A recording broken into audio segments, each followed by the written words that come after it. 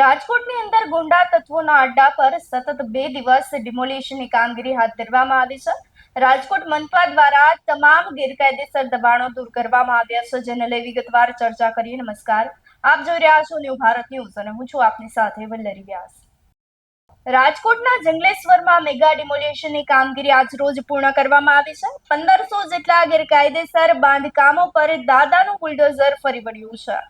રાજકોટના જંગલેશ્વર વિસ્તારમાં TP road પર અને આજી નદીના તટ વિસ્તાર પર સોમવારે 87,000 ચોરસ મીટર સરકારી જમીન હાલ ખાલી કરવામાં આવી છે. સૌરાષ્ટ્રના રાજકોટ પંથકનું આ સૌથી મોટું મેગા ડિમોલિશન ગણવામાં આવી રહ્યું છે. બીજા દિવસે મંગળવારે સાંજે શાંતિપૂર્ણ રીતે આ ડિમોલિશનની કામગીરી પૂર્ણ કરવામાં આવી હતી.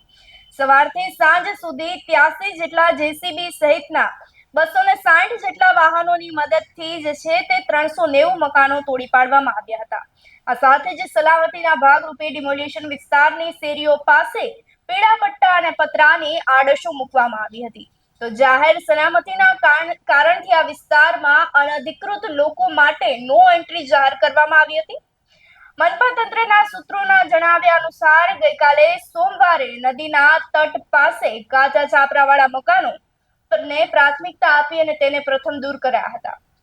આ સાથે જ ત્યારબાદ ટીપી રોડ પર દબાણો દૂર કરવાનું ચાલુ કરી દેવામાં આવ્યું હતું. તો ગઈકાલે 1509 માંથી 1119 મકાનોનું ડિમોલિશન હાથ ધરવામાં આવ્યું હતું.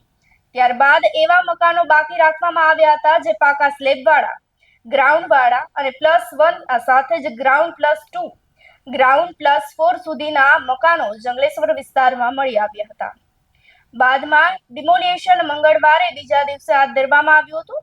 ડિમોલિશનની સંપૂર્ણ કામગીરી આજે સાંજ સુધીમાં સમાપ્ત કરી દેવામાં આવી છે. ખાસ કરી અને હવે બાકી રહેલા 5 જેટલા બાંધકામો આજે હટાવી દેવામાં આવશે. ગઈકાલે 42 ટીમો કામગીરી કરી રહી હતી, જેમાંથી હવે 35 ટીમે મંગળવારે સાંજે 5 વાગ્યા સુધીમાં કામ પૂરું કરી નાખ્યું છે.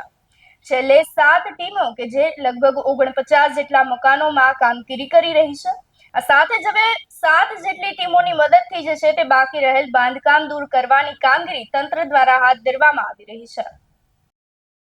રાજકોટ મનપા દ્વારા હાલ ગેરકાયદેસર દબાણો દૂર કરવામાં આવ્યા છે. ખાસ કરી અને એવા લોકોના ઘરને નિશાન બનાવવામાં આવ્યા છે કે જેમના દ્વારા જે છે તે કોઈ ગેરકાયદેસર કામગીરી કરવામાં આવી હોય અથવા તો ગુનાહિત ઇતિહાસ ધરાવતા લોકોના ગેરકાયદેસર મકાનો જે છે તે હાલ દૂર કરવામાં આવ્યા છે. જેને લઈ હવે આપનું શું માનવું છે અમને કમેન્ટ કરી ચોક્કસથી જણાવશો. તેની સાથે જ અમારી ચેનલ ન્યૂ ભારત ન્યૂઝને લાઇક, શેર અને સબસ્ક્રાઇબ કરવાનું ભૂલશો નહીં. નમસ્કાર.